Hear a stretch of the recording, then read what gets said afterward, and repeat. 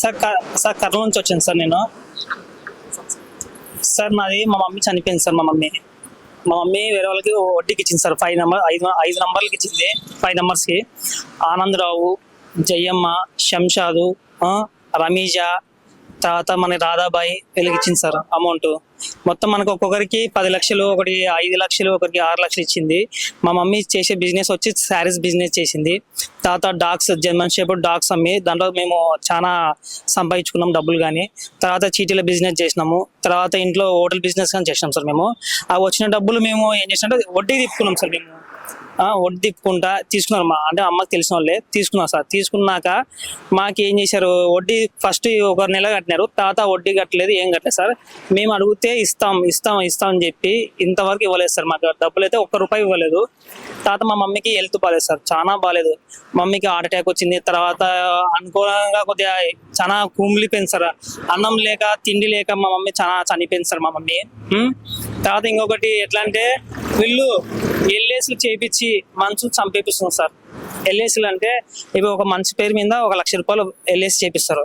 అంటే 5 లక్షలకి ఇప్పుడు ఇన్సూరెన్స్ ఎంత, 1 లక్ష రూపాయలు ఇన్సూరెన్స్, 5 lakhs ఇన్సూరెన్స్ వస్తుంది. అట్లా ఒక్కొక్కరి పేరు మీద 50 లక్షలు, 20 లక్షలు, 30 లక్షలు ఇన్సూరెన్స్ చేయించి మనుషుల్ని, బతికిన మనుషుల్ని చంపేపిస్తున్నారు సార్.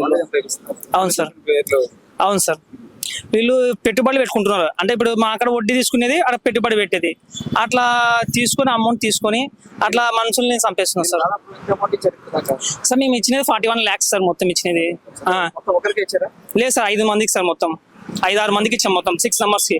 జయం వచ్చి 12 లక్షలు, రాధాబాయి ఆంటీకి వచ్చి మాకు 4 లక్షలు, తర్వాత శంషాద్కి 6 లక్షలు, ఆనందరావుకి 6 లక్షలు, ఇట్లా ఇచ్చుకుంటూ వచ్చినాం సార్. మేము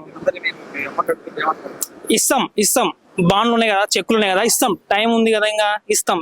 రేపు వచ్చినాయి ఇస్తాం అమ్మ అంటారు. బాండ్లు టైం అయిపోయింది సార్. బాండ్లు టైం అయిపోయినాక బాండ్లను రాసివన్నా అంటే లేదు రాసియము, అసలు మేము ఏమి ఇవ్వము, డబ్బులు ఇస్తామన్నాము అంటున్నాం కదా అన్నా సార్.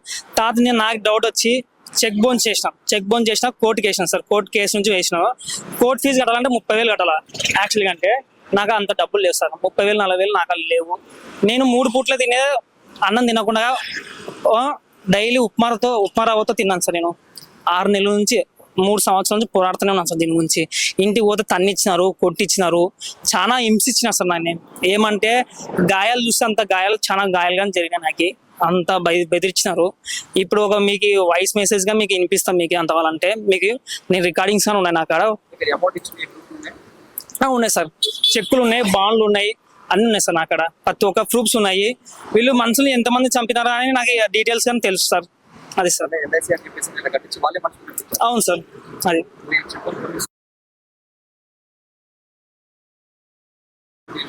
సార్ ఎస్పీ ఆఫీస్ లో కంప్లైంట్ ఇచ్చాను నేను. కర్నూలు జిల్లాలో ఎస్పీ ఆఫీస్ లో స్పందన చెబుతుంది. ఆ స్పందనలో నేను కంప్లైంట్ గానీ ఇచ్చాను. దాన్ని ఎలాంటి రియాక్షన్ లేదు సార్. తర్వాత 4 పోలీస్ స్టేషన్ లో, మన బల్లార్ చౌరస్తా కాడ 4 పోలీస్ స్టేషన్ లో కానీ నేను కంప్లైంట్ ఇచ్చాను. అక్కడ కానీ ఎట్లాంటి రెస్పాన్సిబుల్ లేదు. ఇట్లా డబ్బుల గురించి అడిగితే అమ్మ ఇవన్నీ కోర్టు చూసుకోవాలమ్మా, ఇవన్నీ మీ సివిలియస్ కోర్సు, ఇవన్నీ వేస్ట్ అమ్మా అని అన్నారు సార్. ఎస్పీ కాడికి పోతే ఇదే అన్నారు. తాత మీరు చెక్ బౌన్స్ చేయండి ఒకసారి చూద్దాము అన్నారు. తాత నేను ఇంతకుముందు లోకేష్ బాబు కాడికి వచ్చాను, అడిగితే అక్కడ నాకు ఫోన్ వచ్చింది. పోతే ఫోన్ చేయించారు, ఎలాంటి రెస్పాన్సిబుల్ రాలేదు సార్ నాకు. తర్వాత మళ్ళీ ఇప్పుడు నేను వచ్చాను. ఇప్పుడు నేను ఏం చేశానంటే ప్రజలందరికి తెలుసాలని చెప్పి ఒక బ్యానర్ మీద వాళ్ళ పేర్లు, వాళ్ళ ఫోటోలు వేసుకొని మొత్తం ఎవరెవరు పెట్టుబడులు పెడుతున్నారు ఏం కథ అని చెప్పి మొత్తం వీడియో తీసుకొని ప్రతి ఒక్కటి నేను కర్నూలు నుంచి విజయవాడకి నా స్కూటీ మీద వచ్చినా సార్. నా బండి మీద వచ్చినా సార్. అవును సార్, అవును సార్. ఒక్కనే వచ్చినా సార్. సార్ మా మమ్మీ గారు వచ్చి 2022 11 నెల 29వ తేదీ చనిపోయింది సార్ నైట్. నాకు ఎవరు లేదు సార్. మా తమ్ముడు మోసం చేసి వెళ్ళిపోయారు. మా తమ్ముడు ఆ అబ్బాయి ఎక్కడ ఉన్నారో తెలియదు నాకు. కానీ ఇప్పుడు నేను ఉండేది ఒక్కనే ఉన్నా సార్. నేను ఇప్పుడు అవును సార్, నేను ఒక్కనే. నేను నైట్ ఒక అన్నకు కాల్ చేశారు, మేము ఇస్తాం డబ్బులు రామ్మ, మా పేర్లు ఎలాంటి పేర్లు చెప్పొద్దు అంటున్నారు సార్. ఇంకొకటి నాకు ఒక డౌట్, ఇప్పుడు అమౌంట్ ఇస్తారు, ఇచ్చినట్లు ఇచ్చి ఈ వీడియో తీసుకుని నన్ను చంపేపిస్తే ఎట్లా? లేదంటే వెనక నుంచి పొడిచారు అనుకో, అప్పుడు నేనేం చేయాలా? ఇట్లాంటి తలకాయ వాళ్ళు లేకపోతే ఎట్లా?